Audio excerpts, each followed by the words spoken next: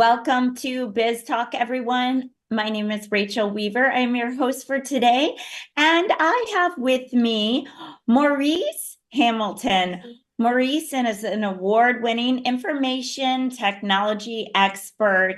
He is a serial entrepreneur and a professional that has led teams of engineers and solution architects from US to Canada. Maurice, it is always a pleasure to have you on the show with us. Thanks for having me back. Thank you. So I'm excited to dive into a couple topics today regarding data centers. So what are 3 reasons why businesses use data centers to enhance reliability and uptime? A great question. One of the things that when we talk to our clients, we give them advisory advice, and we let them know that not all businesses need the use of a data center, extended data center. However, but if you're a company that's like e-commerce, financial services company, healthcare company, where you had to adhere to government regulations, then you want to think of it. And I would think of the 3 reasons you mentioned was one would be reliability. If you actually have a data center out there, keep in mind that a data center has redundant servers, they have redundant power supplies, they have the adequate cooling systems there in case of some kind of act of God happens, a hurricane or a storm or something like that. And then it makes a difference because you know that your system's going to be 99.999% upline. Another thing would be with one of these data centers, they're going to have improved security. So they're not only going to have the physical security with the software and with the devices that can actually detect intrusion, but they're also going to have the physical security like security cameras, access control where people have to use either a key card, they're going to use maybe a fingerprint, it could be biometric. They're going to use some of these devices that's actually going to help secure your data, and your data is going to be secure in the cloud. And the third thing with the use of a data center would be the pure scalability. It's much easier when you go to a data center that's out there and they need to actually add another server because you're at near capacity of your data that you have right now. But it's easy to scale up or scale down and actually provide storage and to give you the fast bandwidth that you need, so your data is coming to you really quickly. So those would be the 3 reasons. One would be the enhanced reliability, the uptime, the improved security, and the scalability. Wonderful. And can you tell us a little bit more about how improved security matters? I mean, we all know that we're at risk anytime we're using a technology, right? But let's talk about improved security a little bit deeper, because I think it's an important topic. Yeah, so if you actually, a lot of times when we work with our clients with a data center, we want to make sure that your data is actually clean going into the center, so that way when the data comes out. So you want to make sure that you improve your security, so that way you can actually have the protocols in place to catch like phishing emails. You want to be able to actually scrub your information or scrub your network, so you can actually catch any kind of viruses, any kind of bugs, any kind of anomalies that may be lying inside your data there. You want to be able to catch that. So when you come to the improved security with it, you're looking at the phishing, you're looking at the scrubbing, you're adding devices so that when you receive an email that comes through your servers, it actually is going to go through like a proxy server just to vet it out to make sure that proxy server that's catching that web address, so it's not bad. So there's several different ways. There's so many different ways you could do it, but you want to make sure that you're protecting your data as much as possible, so that when it comes into your business, you're trying to have everybody active and knowledgeable so they can actually be aware of what the potential risks and pitfalls may be. But when you actually transmit your data, it's all good as well. Wonderful. So let's talk a little bit about how this can also improve scalability. Scalability, what is going to happen is that you actually have a certain amount of data that you're taking and you're putting to like some of the big servers out there. It could be AWS, it could be Google, it could be Microsoft. So it makes it easy when you go back and say, hey, look, here's the deal. There's 2 things you want to look for. We have, let's say, a terabyte of data out there on our storage right now.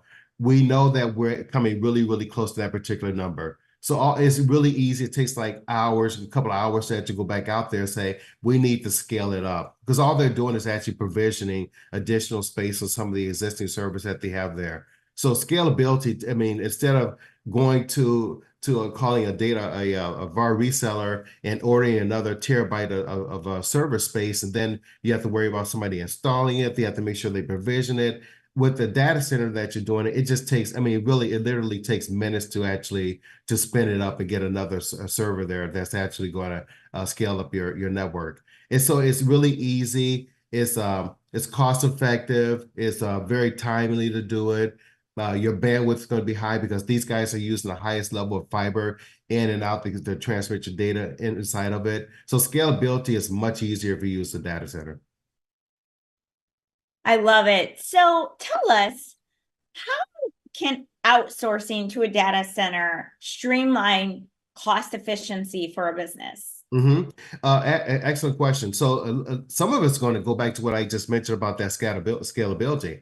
So if you need to scale and you actually call your data center up and say, hey, look, we need to add additional storage space on your network, you don't have to worry about having somebody come out there and actually spin it up where you have to pay a billable hourly rate. Or if you have somebody who's actually inside your network that knows how to do that, you don't have to take he or she away from their job. It's easy just to call the data center just to spin it up and get it done. So it's really essentially outsourcing. Anytime you outsource that, you have the experts that's already there. This is what they do all day long. They know what they're looking for. It makes it so much easier, and it actually reduces your costs and reduces your capital expenditures. The other thing when it comes to it, you have to think about the other aspect of it is your other additional expenses, such as your utility costs. I mean, it takes a lot of energy to run those servers. And so you're not adding any additional equipment onto your network right now. So you don't have to worry about the higher utility bills. You don't have to worry about the maintenance for it. You don't have to worry about the upgrades. You don't have to worry about the patching. So you're actually significantly reducing your additional operational costs during the same time. And the third thing I mentioned was the expertise. You have these guys who are expertise in what they do, and you don't have to worry about hiring the additional staffing to come back out and do that kind of work. Love it. Such important information shared today. So can you leave us You're mute, Rachel. oh my Okay. goodness. Where can we find you if we want more information? Sure, absolutely. So you guys can easily email us at info@infinivate.com or give us a call with our sales team at 346-639-4039, or just go to the website and actually be able to download some information. The request information will definitely give you a call back. One of our consultants will reach back out to you. Wonderful. Thank you so much, Maurice. It's always a pleasure to have you on the show and hear your expertise with us. We look forward to having you back again very soon. And with that, we will be right back after this commercial break.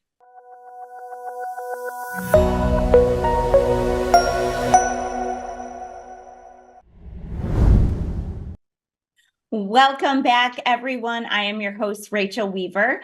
I have a very special guest with me today, Noura Al Masri. Noura is an enrolled agent with the Internal Revenue Services and the founder and CEO of Noura's Books. She is also an international best-selling author. Noura, it is always an honor and pleasure to have you with us on the show. Thank you so much, Rachel. It's my pleasure to be here with you. You are such an expert in the area of tax and helping companies understand how to make sure that they're aligned with the law, but also maximize their budget. So today I want to talk about budgeting and how important it is for businesses to forecast and budget. Sure. So think about your budget as your roadmap. If you want to go somewhere, you put that on the GPS, right? So, or you print in all days, we used to print those maps from MapQuest in order to see where the direction we are going to. Otherwise, we might get lost. So same thing for the budget. you want to have a budget for what are you expecting, and that should be based on your goal. And what's your goal? Technically, it's your revenue. How much are you going to make in revenue this upcoming year, for example, or this upcoming month, or this upcoming week? How much are you trying to make? And based on that, you should have an idea how much you have to spend in advertising if you already have budget for that. How much outreach are you going to do? What do you have to do in order to make your goal? You have to budget for all of that, because it's unrealistic to, for example, say, I'm going to make $1 million in this upcoming year, and you're not doing any outreach, you're not spending money on advertisement, you are not spending money on business development, in bookkeeping, and maybe branding consulting, anything that's going to help you to generate the revenue you said you want to generate. So you want to be realistic. And how do you know, if you don't have a budget, if you're spending enough or maybe too much or not? So you want to keep measuring and see where do you want to go, and what is going to be required for you to go and arrive to your destination. So this is basically what budget is for a business. Love it. So important to understand for businesses, because like you said, otherwise you're kind of just throwing spaghetti at the wall, really not knowing what's going to work, and not knowing if you're going to owe a bunch of tax time or not.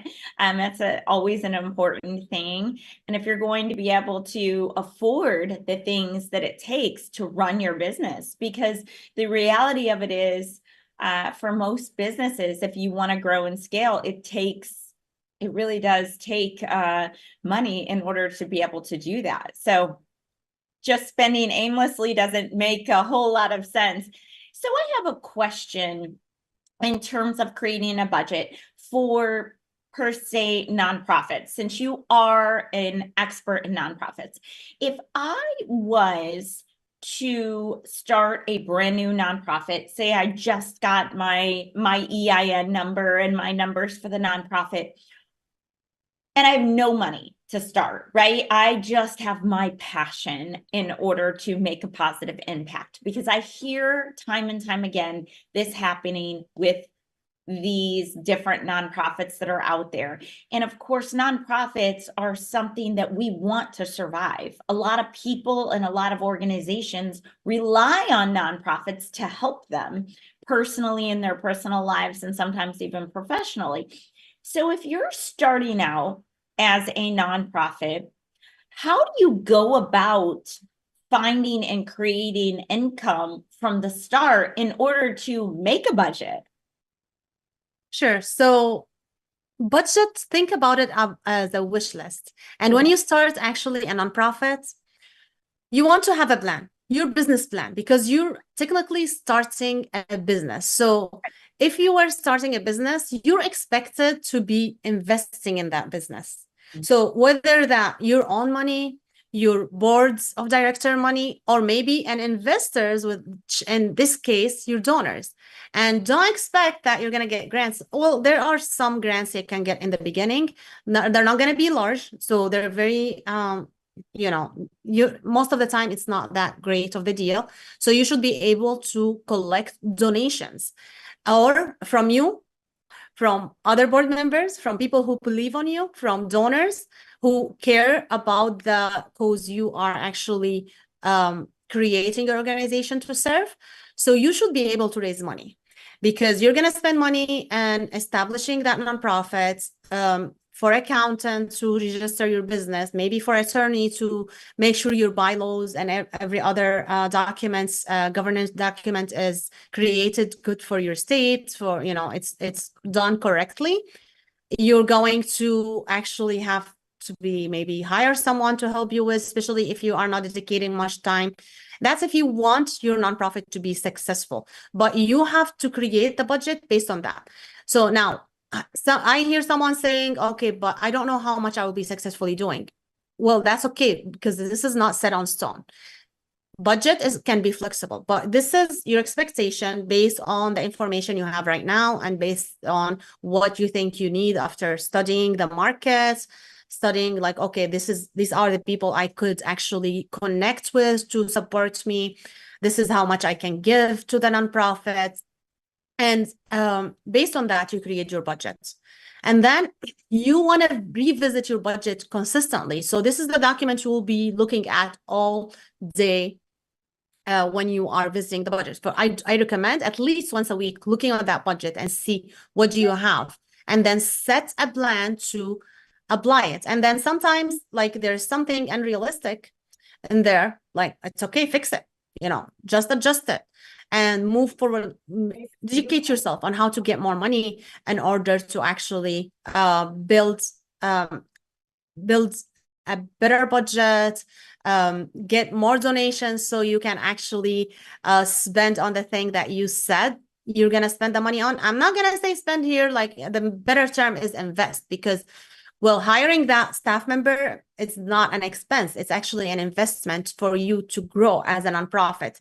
And I want to here tell the people who are starting a nonprofit, stop thinking of hiring an expert, whether that's a staff member or maybe an outsourcing or maybe an advertisement as an expense, because it's not. It's actually an investment, because this is going to help you generate more income so you can help more people.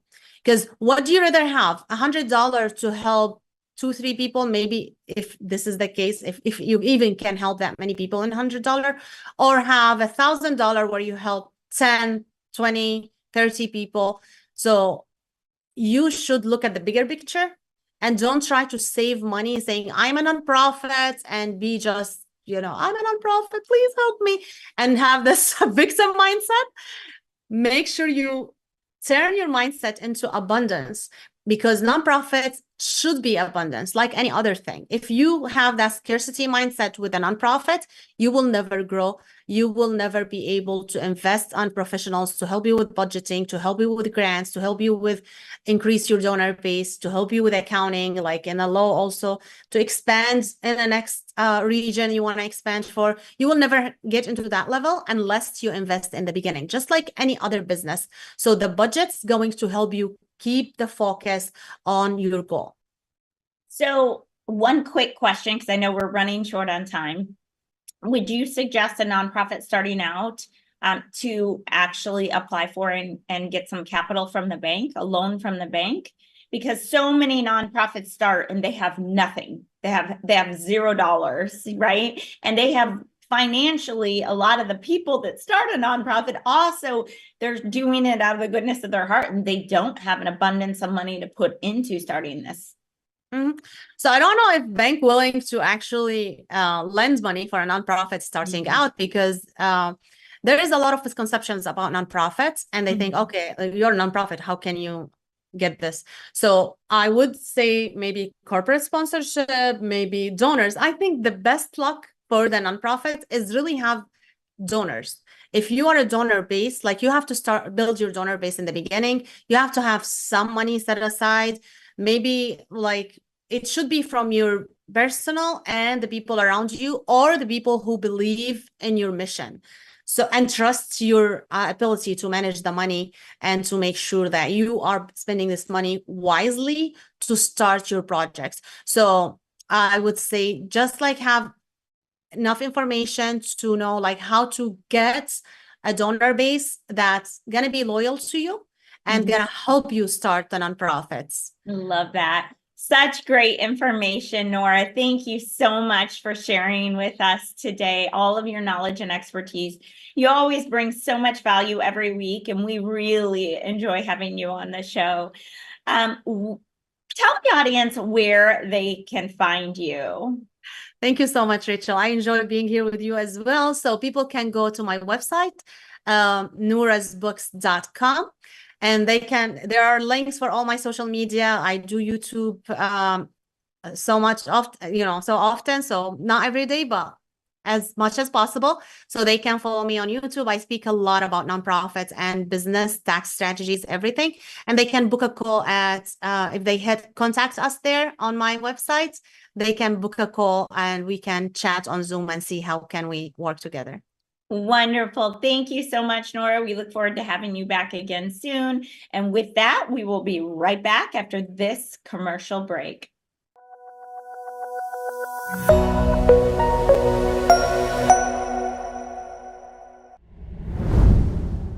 Welcome back to BizTalk, everyone. I am your host today, Rachel Weaver, and I have a very special guest with me today, David Aaronson. David has been a successful commercial mortgage banker for over 40 years. During this time, he has arranged debt and equity capital for commercial real estate investors and developers throughout the U.S. Thanks to his many years of structuring real estate transactions, he is accurately aware of the opportunity for property owners to capitalize on opportunity. David, it is such a pleasure to have you with us today. Thank you, Rachel. Thanks for having me. I am excited to talk to you today about deployment strategies. Yes. So I think it's something that a lot of people don't talk a lot about, but it's really important and critical for people to understand, especially in in my personal opinion, in the beginning of investing. So what deployment strategies are effective for accommodating the varying charging needs of residents in family complexes and condominiums? So that's a great question, Rachel, and we get it all the time. A couple baseline thoughts. First off, very few, and it's probably less than 1% of the multifamily properties in this country ever, or have enough electricity available to host EV charging stations in the number that will eventually be needed. Mm-hmm. Mm-hmm. Keep in mind, this transition's just at the beginning, but if you're building a property today, over the next 40 to 50 years, that useful property's life cycle, you're going to have more EVs parked in the parking lot than you will gas cars. Okay.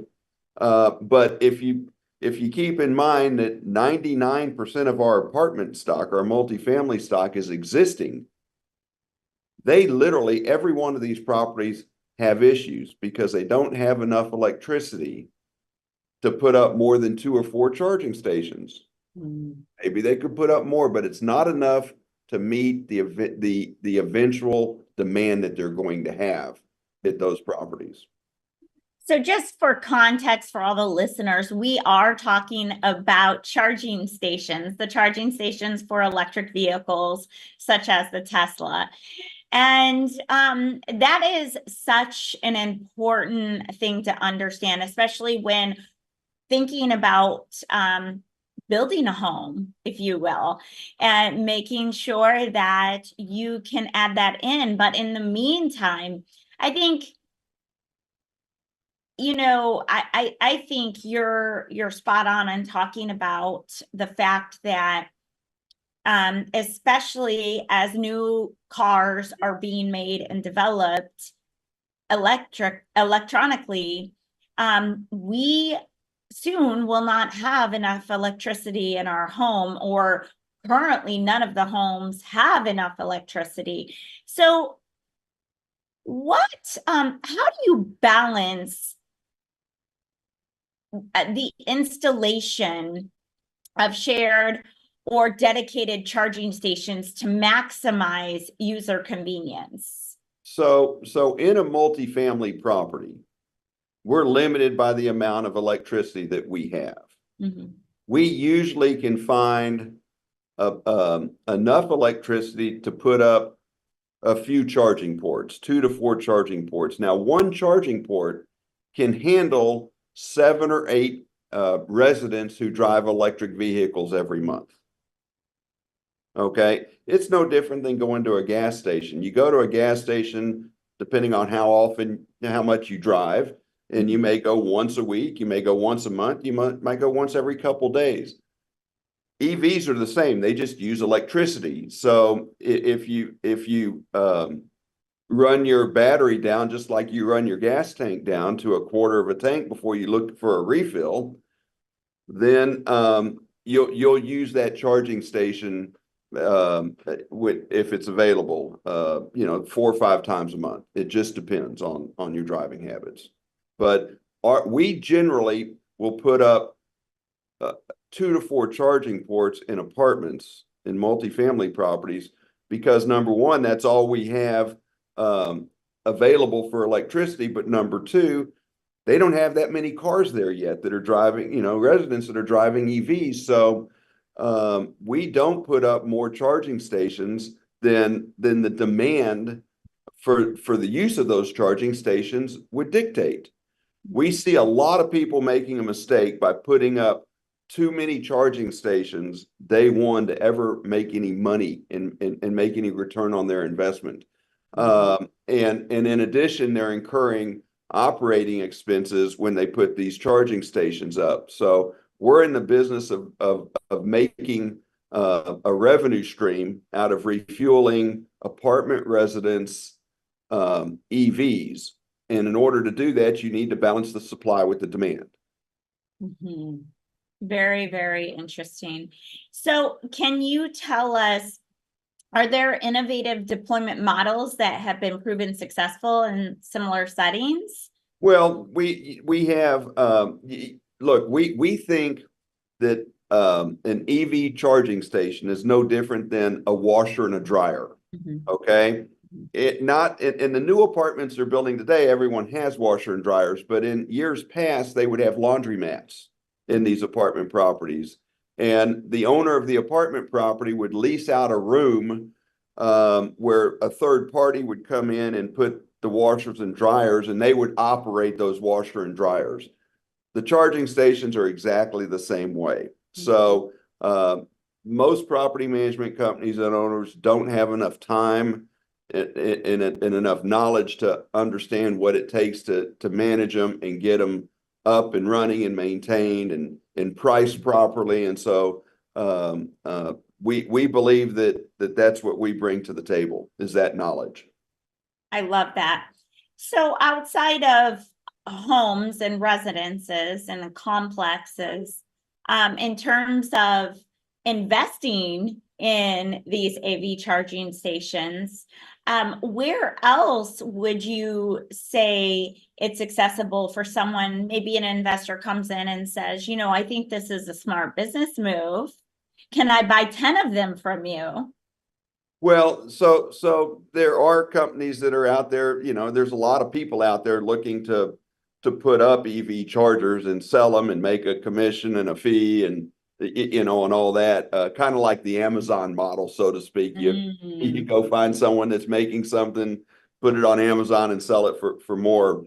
Unfortunately, there's a lot that goes into putting up an EV charging station. It's not just something you can walk by a property and stick a sticker on and say, I've got EV charging. You have to get a building permit.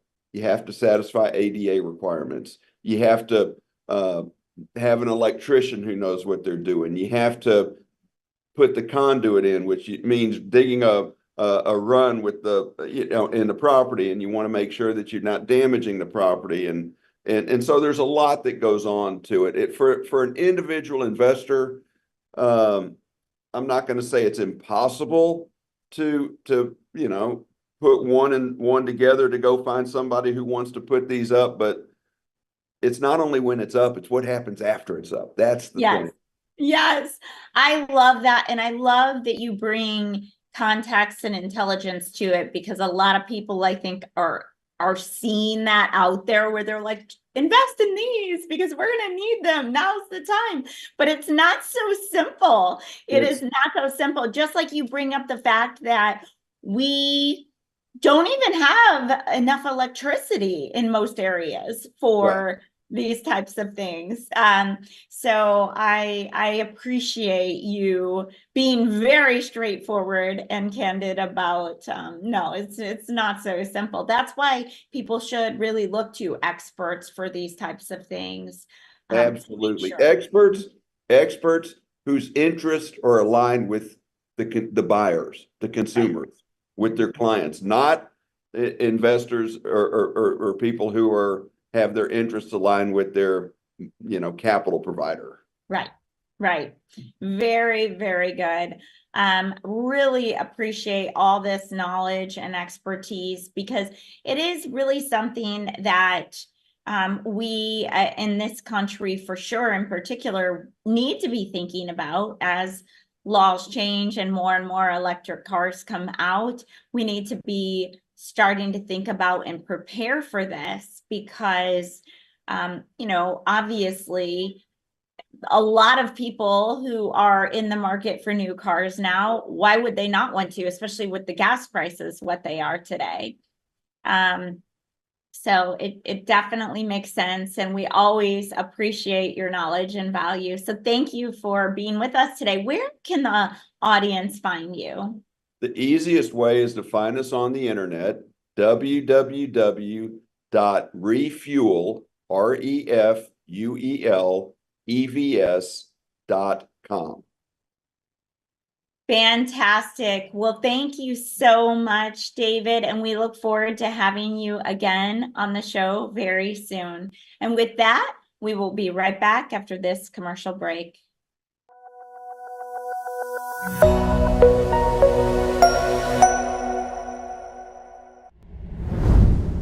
Welcome back to BizTalk, everyone. I am your host, Rachel Weaver. I am thrilled to have with me today Lalit. He is the CEO of Digital X-Force and I Trust X-Force. It is such an honor and pleasure to have you with us today. Thank you, Rachel. Pleasure is mine. Thank you.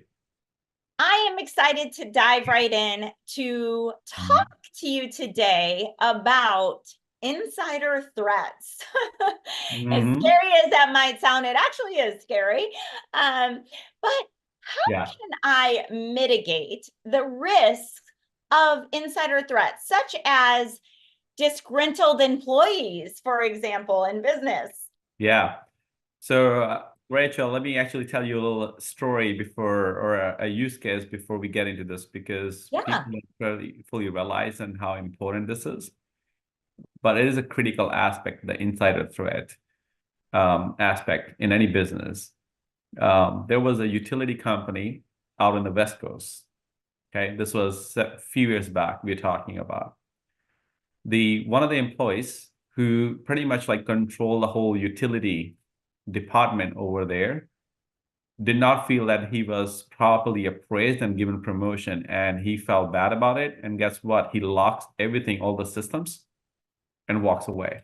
And nobody has any clue on what's going on because he had the keys to the kingdom. That's an example of insider threat, like how one person who, for now, there could be a variety of reasons. This was like more like logical, like, I didn't get promoted and I'm not happy about it. And I don't like, not interested in this anymore. And you screw the organization right over there. But there could be many other, like, reasons why you should be paying attention to scenarios such as insider threat. Now, what is needed to mitigate this kind of insider threats is, number one, the philosophy of be able to, number one, define what is insider threat for you. B, have a process to identify and detect, and then be able to manage the insider threat, like when that happens, like how to manage it and be able to respond to it. That's the technique you really want to really employ in there. Now, the common methods that you really, once you kind of done that you deploy to really mitigate those risks is, number one, train your employees and train your users and conduct the regular trainings on that matter. Always coordinate between information technology and the HR department, sometimes even the legal department if you have one, right? Because there's no shortage, where some instances like this really has happened, and your IT needs to work with the HR and other departments to really make sure these threats are mitigated. Also expect like, sometimes the bad things will happen. So have some kind of a threat hunting team in place or forensics and stuff when like those things happen. What if somebody steals your IP, intellectual property, and leaves? What are you going to do then? So you need to have that in place as well. And then, of course, employ the user behavior analytics, because sometimes the behavior of like how you're behaving, oh, Rachel is not logging in proper times, or she's trying to access certain files which she never done before. Like the certain activities they should start doing, or sending a lot of, content, over the emails, over the wire, or take like, things at home and other things, right? Will crop up. So you got to like, employ the user behavior analytics solutions to really also make sure you're able to mitigate the risk. So those are some of the common methods you deploy for that. Wow. Super interesting story, first of all, but such great information, because it really is something that we need to keep in mind, especially growing companies, and you become so focused on the growth and maybe build trust in people faster than we might, typically need to. And this can bring about things that we don't want to think about, but we really should. So exactly, such great information. So what tools and practices can help in monitoring employee behavior for potential threats, so we know what to watch for? Well, some of the kind of tools and technology, or even call as procedures, right, that you can deploy for insider threat prevention, that will include, start with like, setting some kind of a policy, some kind of point of reference, like what you should do and how to really deploy like, such things. Then always kind of like, put together some kind of a threat detection governance program, like including who are the stakeholders, like from legal or from IT or from HR, that needs to be notified when something like this happens, right? And who needs to follow? Especially in a country like ours, like in the US, you can also be victim of where people like, feel like discriminated because you might like take certain action and people might sue you for certain things as an employer doing so, why you're taking that action. So it's very important your policy defines those matters, and then how you really kind of trying to mitigate threat while not like invading into the privacy of the users itself, right? The other thing then is like secure your infrastructure, your network, like including, what if Rachel has access to all the data on the servers or in her machine, and she can plug in a USB drive and take all the data out, right? Or she has access to social media and she can blast if she's not happy with something, or she finds like some other motivation, she blasts all my data on the social media and stuff. How to like really protect that infrastructure, the network, and also map your exposure. What channels can be exploited when some like an insider threat happens, so that my damage is limited over there. Of course, you also want to make sure like, the security controls, like whether it's strong authentication. We talked about like, how to have proper access for proper users, or data being encrypted and other things, right? Put in place there. Prevent any kind of data exfiltration. Like one of the most common use case that we really see when insider threat happens, people want to take all your sensitive data and the files or IP like away with you. So make sure that data infiltration processes are in place, right? And always monitor any kind of like, ideal data that's sitting in your environment, like, why, or this idle accounts, because they can come back and like really be used for malicious purposes. So these are some of the things like, as the best practices for insider threat prevention in any environment. Very good information. So what should be included in an employee exit strategy to protect business data? Yeah. So the big thing is first communication itself. So when someone is leaving or like something like this happening, make sure the folks like, within the company, whether it's the IT or the HR department, even the people who are working with this person, like, that we are identified as an insider threat, they've been communicated, like, when the person is leaving or not. Making sure that the access is properly taken care of means you disable the access and change the passwords and stuff. Also recover any kind of assets that are owned by this person, right? Like whether it's the mobile devices, whether it's a laptop or a machine, or even other kind of like, things that have been assigned. And that's the reason why asset management, like asset inventory, comes in play. make sure you analyze the data or those devices as well as other systems for, no malicious activity happen, and then do the proper data remediation. Sometimes, by the way, you'll also have to keep those devices and stuff for a certain period of time, just in case you are part of the litigation and stuff. So important criteria to follow. Don't just clean up the day one, everything. You check with your legal and privacy, right? What's the kind of like the data retention policies or other things that you have to really do for a certain period of time. And then, of course, make sure you are monitoring the systems and the devices and any actions on the network, for that kind of user when they've left right over there. Last but not the least, there are times when you will need a forensics expert because you're part of the litigation, or you suspect there's some IP and other things. Make sure you have those kind of contexts and processes and teams ready at your disposal when you need them. Don't be stranded at the last minute. So these are some of the things that you can employ to as part of the employee exit strategy, right, to protect your business data. Such great information. Really appreciate you being on and sharing your expertise. Where can we find you?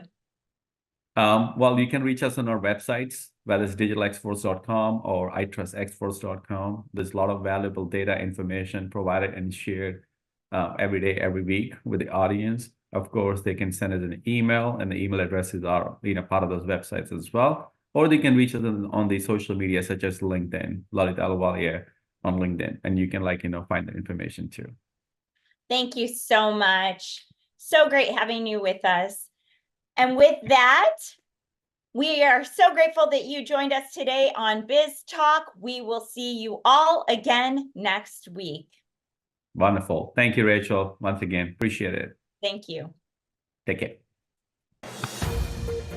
This has been a Now Media Networks feature presentation. All rights reserved.